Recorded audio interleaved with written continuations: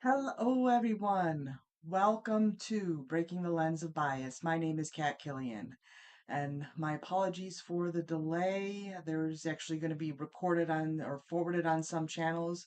Um, I was having some problem with my one streaming service, and so I decided to go to a different streaming software, and hopefully this will work fine.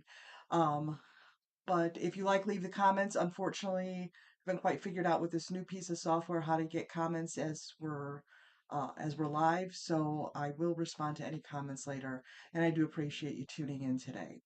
So here in the U.S., we are less than a week away from our general election, and I want to talk a little bit about, in generality, for those people who may not have already made their decision on voting and they're still looking at things and looking at the biases that we see in a lot of the ads. I've talked about a couple of them already in this series, but I want to go back um, to look at some general kinds of issues surrounding political ads. First of all, political ads are notoriously unreliable. Um, they basically are serve two purposes, either to puff up a candidate in going getting you to lean towards your positive bias about a candidate, either because of the political party that they belong to or various issues that they come down on one side or the other, or on their record, things that they've done that you may or may not see as worthy. The other ad is to convince you of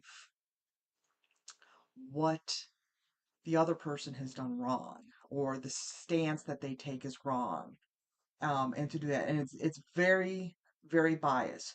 So the kinds of biases that they look at is, let's give an example, immediacy bias. So, for example, right now we are in a period of high inflation.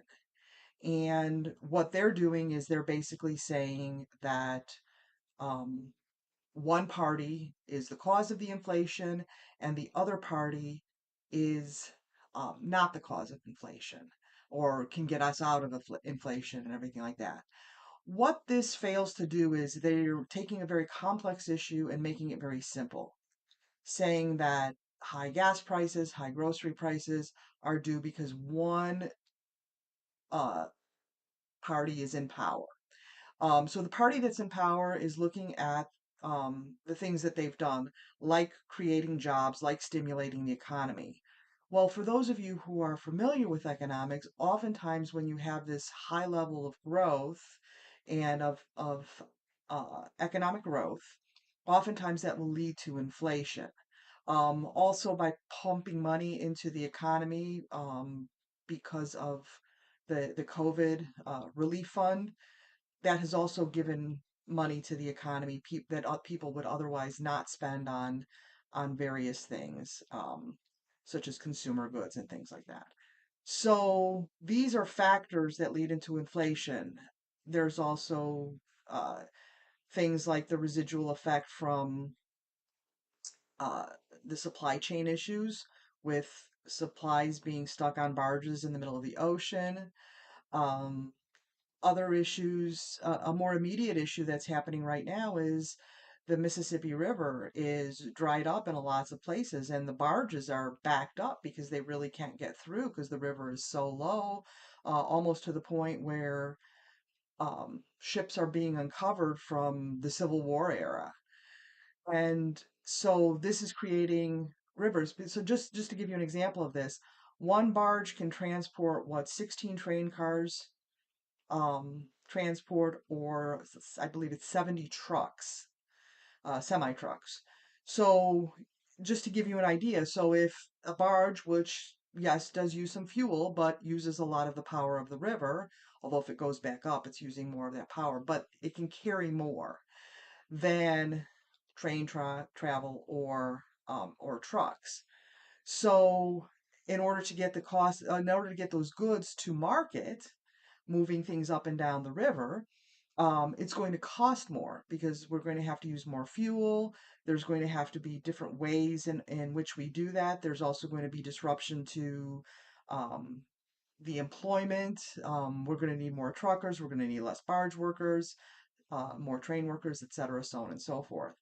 These things all have an impact on inflation. So it's not just one thing. There are occasionally causes, as we know, for example, with gas prices, whenever there's been like a hurricane and production has been uh, curtailed because of the safety of the workers, which is very important, to get them off those off-sea platforms. Uh, we've had disruptions, and then it's taken time to get the production back up. So that causes a temporary rise in the gas prices because there's the petroleum cannot get to the refineries, which in turn cannot do that. Also, many refineries are in areas where are hit by hurricanes, and so that's another factor in that. So what I'm saying is that is going back to the bias, is what they're saying really true? Look at the causes, look at what's being done. And you may still agree that the party in power is not doing a good enough job to do that. But don't simplify the issue because it's easy for you to see. My gas prices are going up, my food prices are going up, therefore, this person or this party is responsible for that. It's again, that's a very easy cop out, a very easy way to look at the situation. You really have to, in order to overcome immediacy bias, you really need to go back and look over time how the various remedies for past inflations have worked, um, which parties have implemented which policies, and decide for yourself which is the best solution for you, which party is the best solution for you. Other issues are basically hot button issues, often appealing to our emotions and social issues, which in reality have very little effect on most of us in our immediate life. But because of beliefs that we have, and oftentimes closely held beliefs, we will look at those and say, okay, well, if you are feel this way about a certain issue, I cannot vote for you. Even though in every other way, voting for that party may be in your best interest. But because of one issue, you're a one issue voter. And again, I'm not making any criticism on that. I want you to be aware of how the commercials play into those biases that we hold. So abortion is a hot topic issue on both sides of the candidate. So people who are um, I put them pro-choice, uh, will vote in one direction if that is their hot button issue and that's all they're voting on. And other people will say, well, no, I'm anti-abortion, or they, as they term themselves, pro-life. Um, and really, here's what I would ask you to look for on that issue is our laws against abortion actually going to reduce that? If you look over time, is that really true? Now, I've done my research on that, and so if that's an issue that you feel strongly on, I encourage you to do research on it. I do think that nobody is pro-abortion. I think that they realize that there are situations where a choice does need to be made, and that choice should be made by a woman and her doctor. That's the belief on that. Um, and so looking at those kinds of issues is it really true what is being said? So ask yourself, do the research on those questions. Has abortion gone up? Has abortion gone down? Have the quality of life gone up? Has the quality of life gone down? um, if and again, I'm not gonna go into the details on that, but I'm going to ask you to look beyond what is being said in the commercial and ask yourself, is this really true? And to do the research. um, Another big hot button topic is the issue of free and fair elections. And there's a lot going on about election denying and saying that elections aren't fair, that there is cheating in elections. So the question that I want to ask you is do you think that um, what is your basis for saying that an election is fair or not? Where do you where do you choose that? Are you choosing anecdotal evidence? So you have an anecdotal piece of evidence, which may give you a bias towards one point of view or the other? Or do you tend to look at the overall picture? Do you tend to look at the courts and what they've said? Do you do you stop when something confirms your bias? Well, I believe elections are fair and free, and so this is my conclusion on that. Or I believe that there has been fraud in this election, and here is why. Do you look beyond that? Do you look to see if those claims have been proven? Because a claim may prove your bias one way or another. Um, but are you actually looking into that? Let me see. Were these ballots really handled in this way? Were these things did they follow the laws according to that? And the other question that I would ask is you to consider is when the laws are being changed, do you think that the changes proposed by those parties are actually going to advocate free and fair elections, or is it uh, to promote your party one way or another? I mean, one of the biggest problems that we have in this country, in many states, is the whole idea of gerrymandering. So making supermajority districts, making all kinds of weird, um, multifaceted shapes in order to cram everyone of one ethnic group or one political demographic group into a particular district so as to have these supermajority districts in other areas in order for one party or the other um, to have control. I think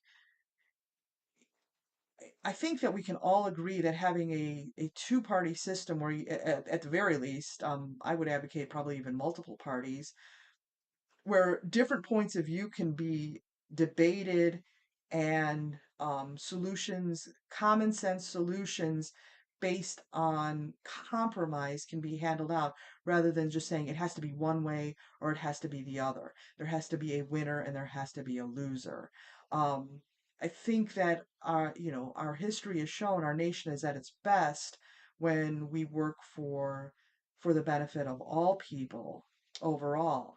And sometimes that means that we may not get everything that we want. It may not go our way 100% of the time, but those kinds of things can be worked out when we have a free and fair system where people are actually uh, all people are represented, not just a few or a super majority in a particular state, because even though they um, may be a minority, they're not actually a majority in they are made to have a majority because of this gerrymandering of districts.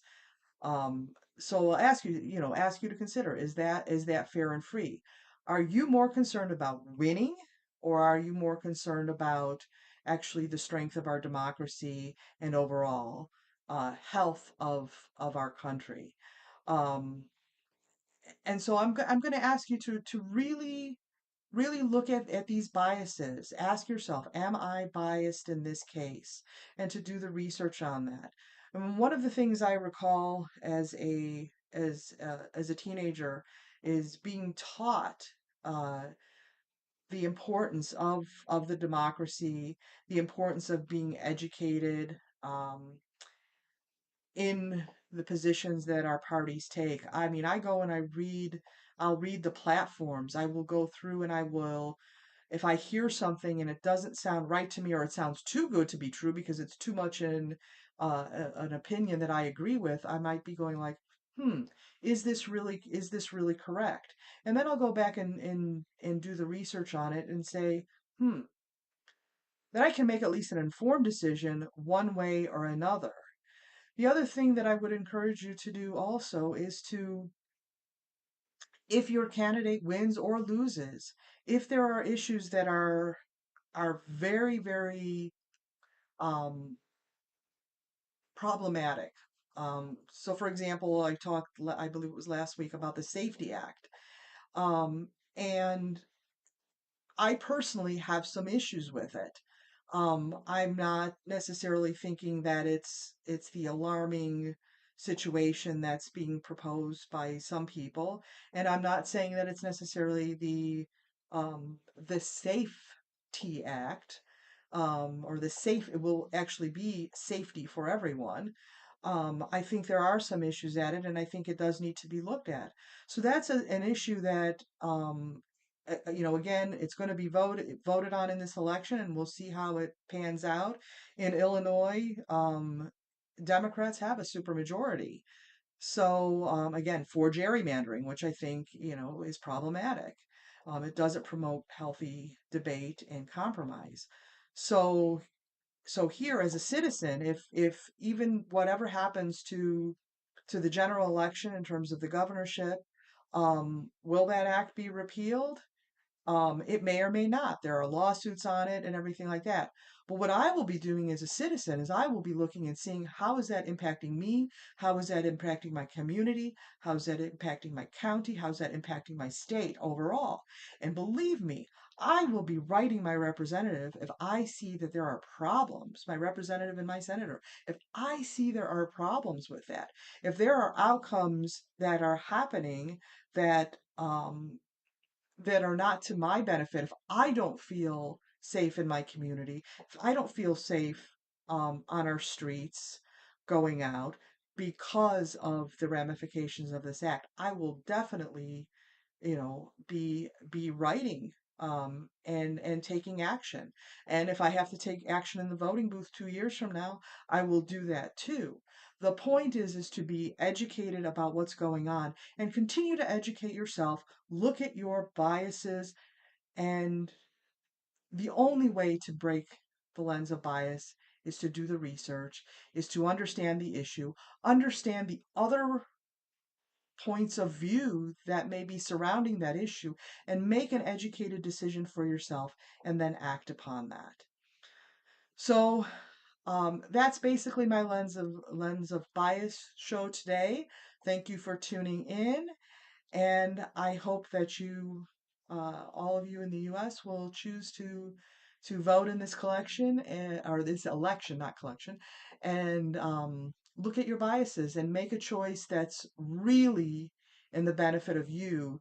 Don't allow yourself to be manipulated by political ads and political campaigns. Really do the research and see uh, who's which candidates are best for you overall, and then keep them on their toes. Thanks for tuning in. I will see you next week for another episode. Have a great day. Bye.